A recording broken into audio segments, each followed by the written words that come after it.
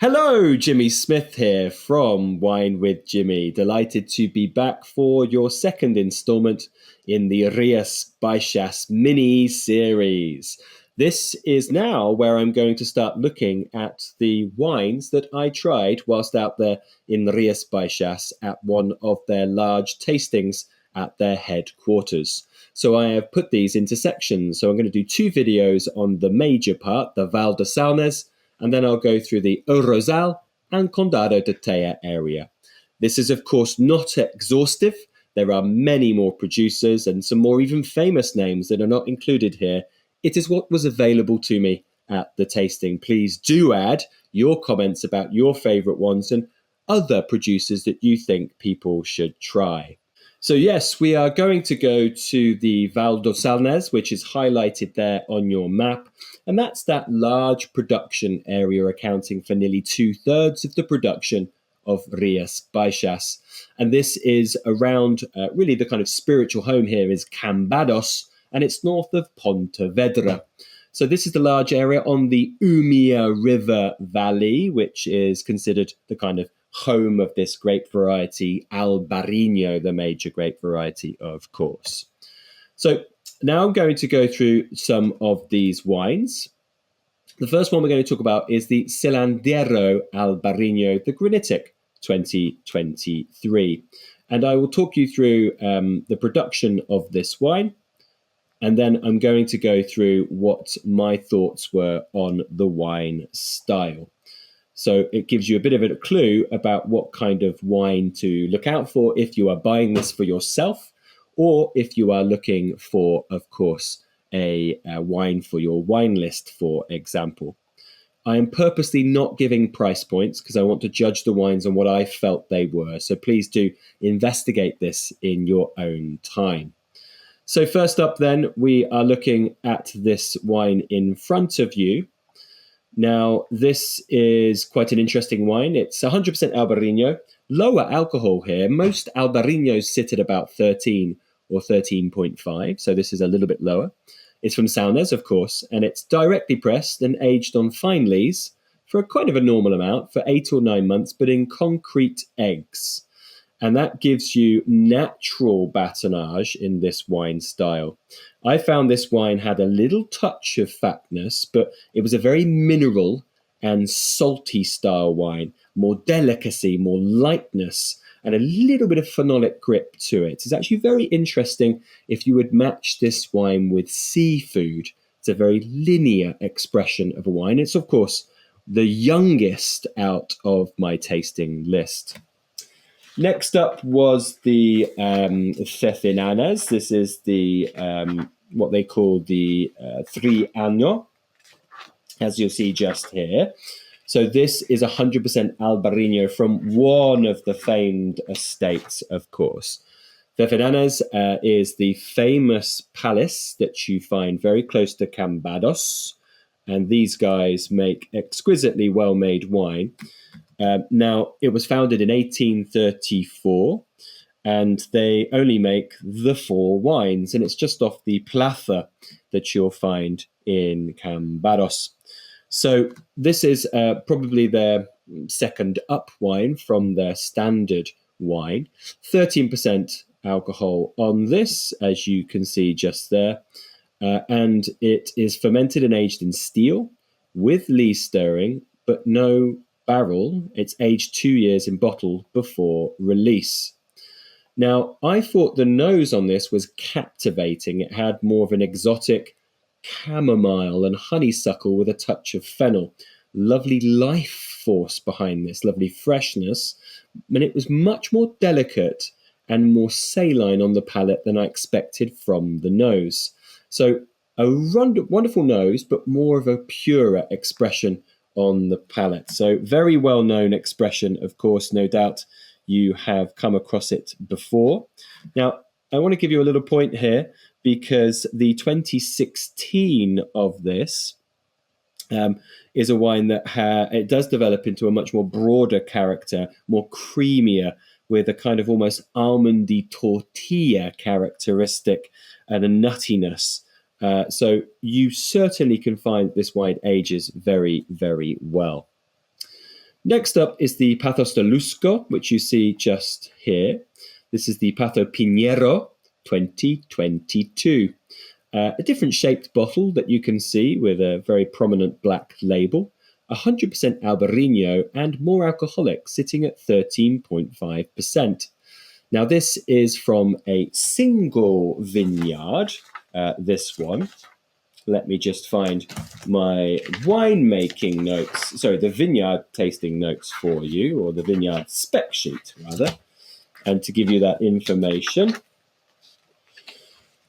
So yes, it is from a specific site, and quite an impressive one as well for the Lusco.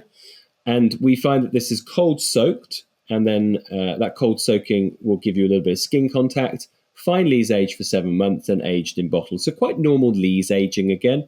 But the cold soaking here means that the wine might have a little bit more aromatic and even structure. And I found this in this wine. You find that it's more kind of acacia, honeysuckle, lifted, rounded and creamy. So the cold soak plus the lees here give that more texture to this. And this is something I noticed with wines from Rías Baixas.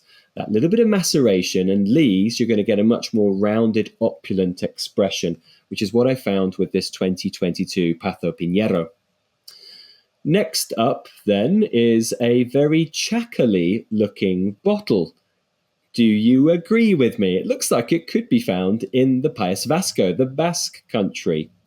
This is the Agro de Bazan, and this is the Gran Bazan Lamozan 2021. So this is 13.2% alcohol, and this is cold soaked for about half a day, wild fermented, and then aged 6 months in used French oak. I found this much more exotic, and that's that cold soaking again and a bit of wood. So it's floral, orange blossom, honeysuckle, rounded, smooth, textured, and with a little bit of salty freshness to it. So I think the bottle kind of, if you just looked at the bottle, I think it would be a fresher wine style. I don't know why that is, but it's the flute side of things, but it's actually quite a rounded expression. Next up is the biggest cooperative in the region, which is Martin Codax, named after a troubadour from the Camino de Santiago, the Way of St. James, the pilgrimage route. And this is the Codax Arusa 2021. Wonderful label. Now, I think Martin Codax are a very good estate. They're one of the real positive producers in terms of a cooperative. So these guys are a cooperative that was formed when the DO was formed. So this is in the 1980s. And they have over 300 farmers today and really impressive facilities that you will find in anywhere in Galicia, for example. Now, we did a fantastic tasting here, going through a lot of their wines. I was super impressed specifically with their Finca Zieles, and then also this wine, the Arusa, which was supplied to me in the tasting. So Finca Zieles, and also this Arusa style. Now, this one is one that's 13%. It's from the Arusa area on the Umia River estuary, and it's aged in steel for 18 months. I liked this for its sort of simplicity, its delicacy, its saltiness, had a kind of herbal, slightly laurel-y, fennel-y character. It's not the most impressive. I think I liked the Finca Zieles more, but the Arusa was an impressive, delicate expression. Next up is the Miguel Torres Blanco Granito, 100% Albarino, lower alcohol, 12.5%, from a single vineyard site called Pazo Torre Penalas, 45-year-old vineyard area. So, of course, this is Miguel Torres, which is a bigger producer, which you guys will no doubt know quite well. And they, of course, producing wine in Catalonia with fingers in a lot of pies today. just trying to find my grape growing notes here, which is not really working so well, so don't worry about that too much. Cold soaked again here for 12 hours, fermented and then aged in granite egg tanks for about 11 months. So you've got the possibility of being a little bit more complex. I found that there was almost a sort of an elderflower, white blossom, jasmine, lemon balm note to this, but a delicate saltiness as well. Very fine, very focused for the 21 vintage. Not complex yet, but a delicate and focused expression of Albarino. Then we've got quite a funky bottle from Pazos de Rubianes. Now, this was 100% Albarino, 13%, cold soaking again, fine lees for 12 months and further aged for 12 months after this.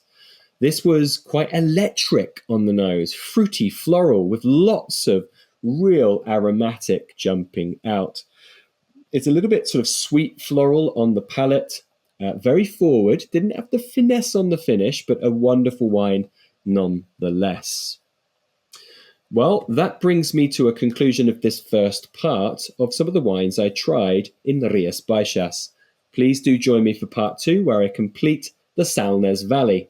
If you do have any comments or questions, please do get in touch, and you can do so by commenting on this video below. I've been Jimmy Smith. Until next time, ciao for now. Thank you.